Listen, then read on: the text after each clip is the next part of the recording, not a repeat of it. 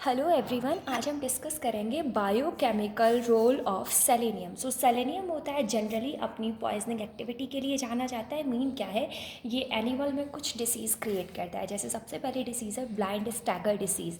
Blind stagger disease में क्या होता है, जो हमारा सेंट्रल नर्वस सिस्टम है वो डैमेज हो जाता है, जिससे बंदा पैरालाइज होगा और उसकी डेथ हो जाएगी। जो सेकेंड डिसीज़ है वो है अल्करी डिसीज़। अल्करी डिसीज़ में क्या होता है, ग्रोथ कम हो जाती है, यानी ग्रोथ रिटार्डेशन होता है, वो भी हेयर और नेल्स में। थर्ड डिसीज़ है जो सेलेनियम की है वो स्वाइन में होती है, जो कि लिवर नेक्रोसिस है, जबकि रोमिनेंट में वाइट मसल्स डिसीज़ होती है।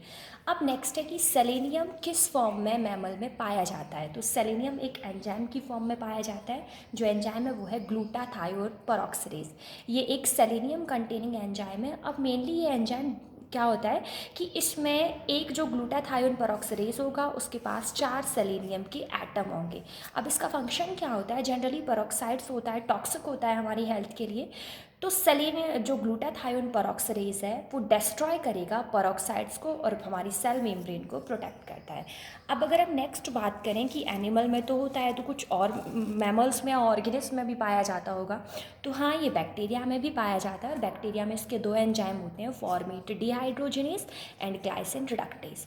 अब जनरली हम बात करें जो प्रेग्नेंट और लैक्टेशनल वुमेन होती हैं, यानी जो प्रेग्नेंट होगी और जो मतलब मदर बेबी फीडिंग मदर होगी, तो उसमें क्या होगा, सेलेनियम का लेवल होता है वो कम होता है वजाय नॉन प्रेग्नेंट और नॉन लैक्टेशनल लेडीज़ के। तो जनरली क्या होगा, जो प्रेग्नेंट होती है उसमें तो वैसे ही सेलेनियम की कंटेंट ज़्यादा होनी चाहिए, क्योंकि फॉइटस के डेवलपमेंट के लिए ज़रूरी होती है। तो मेनली क्या होगा, जो मदर का जो सेलेनियम होता है वो बेबी में ट्रांसफ़र हो जाता है फॉइटल डेवलपमेंट के लिए। और अगर ऐसा होता है कि उसमें प्रेग्नेंट लेडी में और ज़्यादा सेलेनियम का लेवल कम होगा, तो उससे फॉइटस में भी डिसीज़ क्रिएट हो सकती हैं, वो मेंटली रिटार्ड हो सकता है। स्टार्टिंग में सेलेनियम को ऐसा माना जा रहा था कि सेलेनियम क्या है, कार्सिनोजन है, यानी ह्यूमन बींग्स में कैंसर क्रिएट करता है, लेकिन इसके कोई क्लियर एविडेंस नहीं मिल पाए। लेकिन आज ये अपनी एंटी कार्सिनोजेनिक प्रॉपर्टी के लिए काफ़ी जाना जाता है।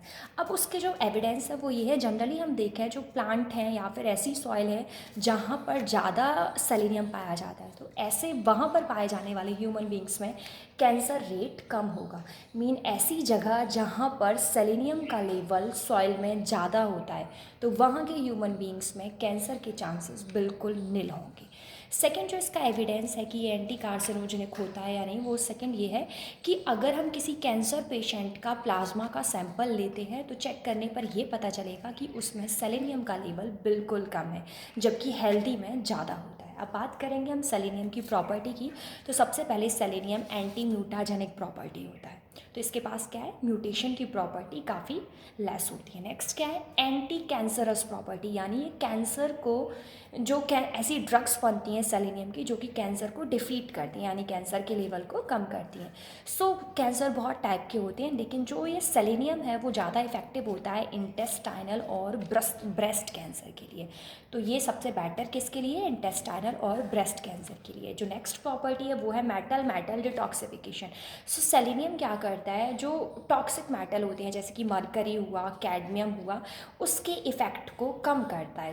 It prevent mammal from deleterious effect of toxic metal like mercury and zinc.